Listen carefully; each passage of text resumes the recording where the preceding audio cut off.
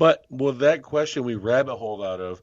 Okay, with Sorry, Richardson, that was my with fault, Richardson, but no, I thought actually, it was I a did good it. discussion. No, I did it. Go ahead and blame me. You can ask Paul. I did it.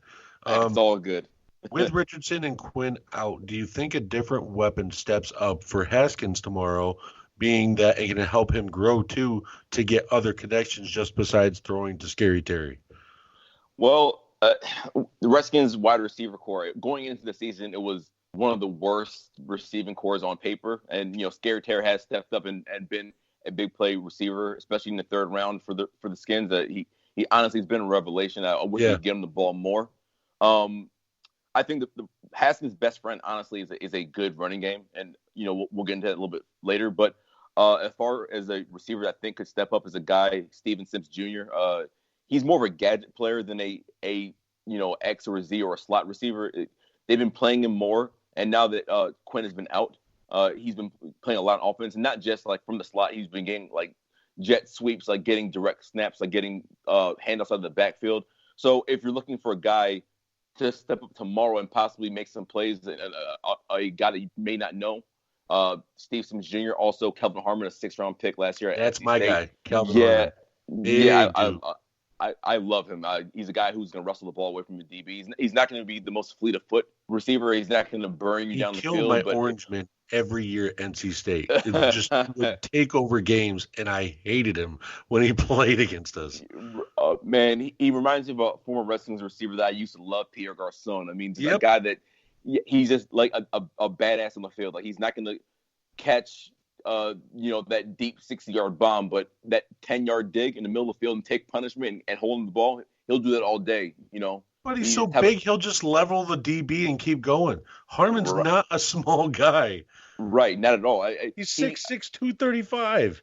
There's a guy that I love on the Vikings named, Harrison Smith, like one of the best safeties in the league. Yeah. And he caught a quick slant on him on that Thursday night game a few weeks ago and ran him over with easily. I was like, oh wow! I remember that play because I remember texting my buddy about Harrison Smith, like, what happened to him? I thought he could tackle.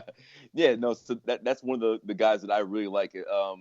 I mean, as far as tight ends, the Redskins really have been short this year with no Jordan Reed and very little Vernon Davis. He's been out since week 3 or 4, and he's on IR with a concussion. Jeremy Sprinkle is a receiver, tight end, I should say, that has made a few plays. He also has a lot of untimely drops. He's frustrated Redskins fans a lot. Very in and out.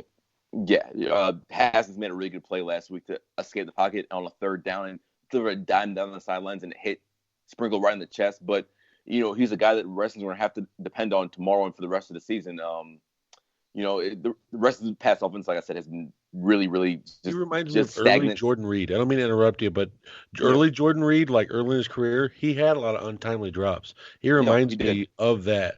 Just not in a bad way, but he's one of those guys that will go through. He's in double coverage. Sprinkle will come down with an amazing catch. And then it's wide open on the sidelines. Like you said, Haskins hits a dime on him, wide open, hits him right in the chest and drops it. Right, yeah.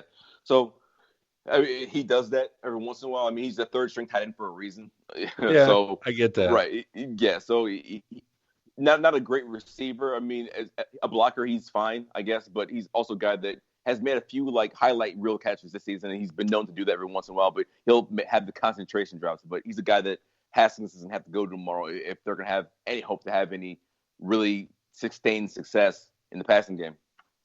Man, you know what? I just talking about tight ends. It brought up one of my other soft spots, Chris Cooley.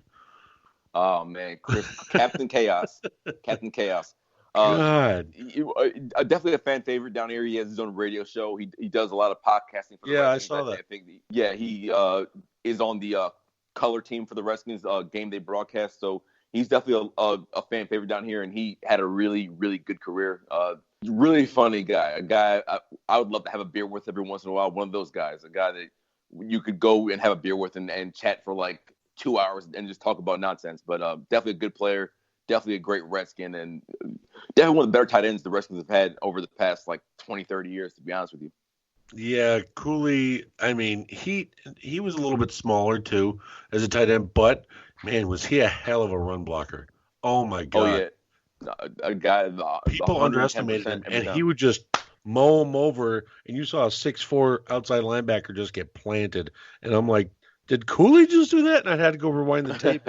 Yeah, it was Chris Cooley. You know what? He had some punch in him, and also, too, really soft hands. Really soft hands, yeah.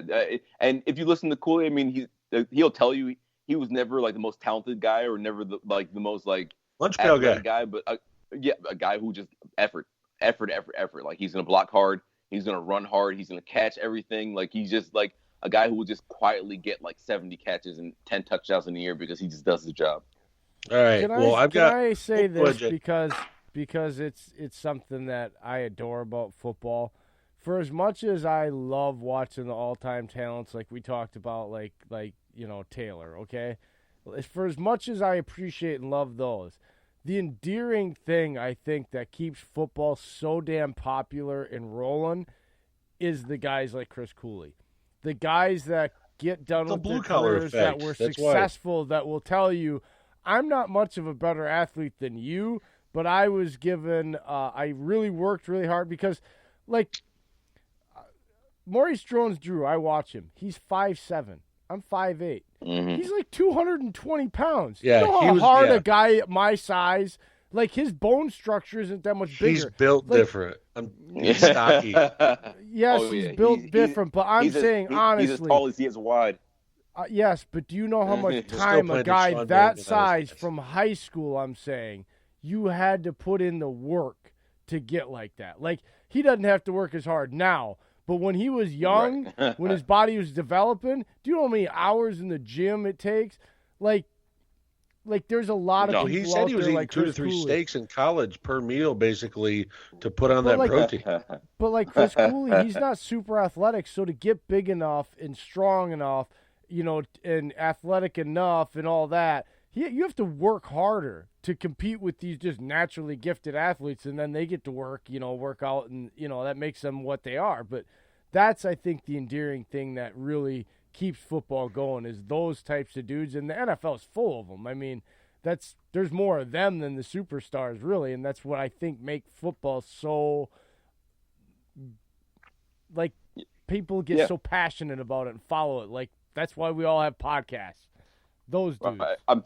I'm trying to think of a guy on the Packers that I admire in that same way right now. Anybody that comes to mind, you guys? Blue collar. Yeah, the 2 new guys they brought in. I hate to bring it up, is Zadarius and Preston Smith. Oh man, that's a killer. I hated to bring it up, man. That's a killer.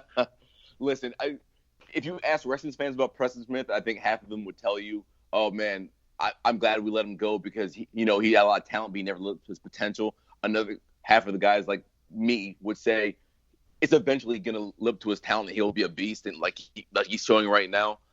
He had flashes of brilliance down here, and he never put it all together. But he's now getting. 25. I think he's a young guy, just long as could be. Just long arms, long limbs, and he can cut. Oh my God.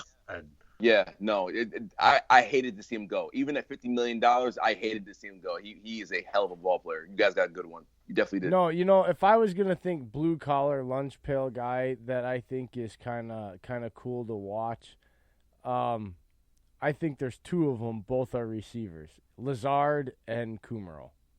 Lazard. Lazard's also undrafted and came from Iowa State. I mean, Lazard used to kill my Mountaineers in college. Kumaro came from Wisconsin Whitewater, for God's sakes. But I'm just saying, I'm talking bigger blue collar, I guess. That's my fault. Dude, because to me, like, Preston and Zadarius Smith are athletic freaks. Like, they don't build human beings like that. They're 6'4", 270, and they can cover running backs and tight ends. That's athletically talented. That's the complete opposite of what we're talking about. Blue collar, got to work hard. I know. I'm just talking about athletic traits. Well, that's not what he asked you. See, you're always changing the question. This is what I deal with, Paul, on a daily podcast. He's always changing. He's a goalpost mover. So every podcast has one. It's okay. I do it too. I'm the big dancing bear. I always do that. I mean, going back and look at it, just to bring up the coverage about Preston Smith, I was surprised at this when I took a look the other day. I knew he covered, but he has 110 snaps as an outside linebacker in coverage. And I'm like, what?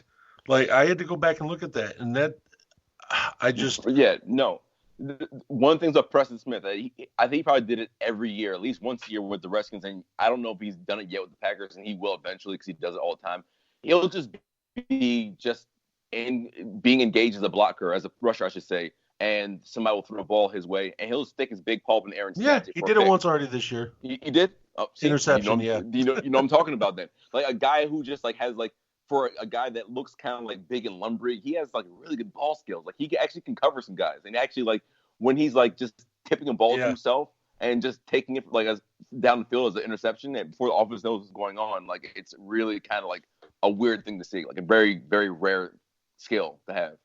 Well, you know what? We're going to go ahead and move on to the next section. What are the weaknesses of Washington and Green Bay for this game, and how do they impact the game? Tell us what you see, Paul. Okay. Well, as far as the Packers' weakness, one of the things that I was trying to pick something out is the Packers' run defense. I know that you giving up 4.7 yards a pop, 120 yards a game. It hasn't been that great for it. As good as the defense has been. I mean, as far as like a whole, the run defense hasn't been great. And if you had to pick one place where the Redskins are actually decent and have been decent the past weeks, is the run game. I mean, you saw last week AP won, I think it was 12 for 99. Guys, old man still got it. He can still do it, man. 70% of Adrian Peterson is still better than like 80% of the backs in the league. So, and then you have young Darius guys. Redskins fans have been dying to see him for a long time. He tore his ACL as a rookie in the preseason. He hurt his knee in week 1 versus the Eagles and was on the IR for 8 weeks. And now he's I knew y'all held your breath when that happened in week 1. Oh man, you sort of think, is that ever going to be on the field? But now he's actually healthy, and he actually looks healthy. And right now he's coming off 2 bad knees, and he still looks like a beast. Like he was, I think it was 11 carries for 123 yards, and that really, really crazy stiff arm last week on Jack Thompson. God, ridiculous. That's what you wanted to see from Darius guys back last year and earlier this year. But if they can get him going and get AP going, and a little bit of Chris Thompson, a third down back, a guy who's been a really. I never see him anymore though. Chris Thompson's never on the field because he's always hurt. He's always hurt, and he had a turf toe for the past 5 weeks. Yeah, last year or last week you saw him actually playing a few plays. I think he only played like 15 plays, but he paid dividends. He caught a really crucial catch in the 2-minute drill for the Redskins. Got a few carries, allowed the Redskins to go a little up tempo for it, because as much as you like Geis and AP, neither of them want to help you in the running game. I mean, the passing game, I should say. But when you get Thompson back, you get a back out of the backfield that actually can help you in the passing game. But get him a few runs between tackles and on the edge as well. That's something that the Redskins actually could do to get some offense drummed up tomorrow. And as far as the Redskins, where they struggle is the passing game. It's the worst in the NFL by stats, like yards per game, in efficiency, DVOA. Their passing game has been really bad. I think if the Packers can actually get some sacks on Haskins, I think he's been sacked 18 times in 4 games. Which is, I don't have to tell you that's not 5 a game. Yeah, I don't have to tell you that's not that great. Get some short fields, get some quick 3-and-outs against the Redskins offense, and convert some of those into easy points for the Packers. I think that's something that the Packers can definitely take advantage of. Now, John Bostic came out and said something the other day that kind of made me kind of take my glasses off and kind of go back. I think you already know what I'm talking about is, hey, we want to make the defense put the ball in Aaron Rodgers' hands. And I'm like, wait, what? I'm like, what? I'm like, that's the last thing you want to do if you're a defense. Well, you've heard the Shannon Sharp meme where he was like, that ain't no problem. That ain't no problem. I'm sure Aaron Rodgers loves that. I'm sure he loves to hear that he wants to have the game in his hands. I was just confused by it. I'm like, what? So stupid. I truly don't understand that. I understand that Aaron Jones is a really young, exciting back, and that if I would rather face Jones than Rodgers any day of the week.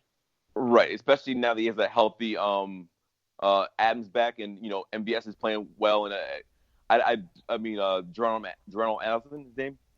Geronimo Allison. I can't pronounce it right now. But he's been Lazard's the one that's getting wide receiver 2 snaps now. Geronimo's kind of fading out. Right. I'm saying like he has a full complement of receivers now. Like now they're all healthy. So that's something that I middle line